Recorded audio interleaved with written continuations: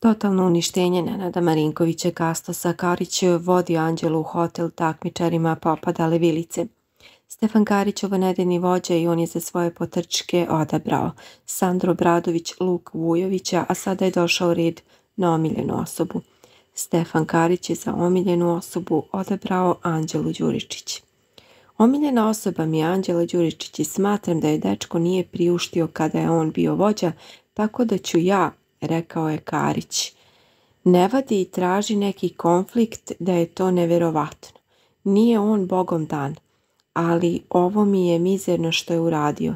Smešan mi je bio i kad je delio budžet, rekao je Gastos.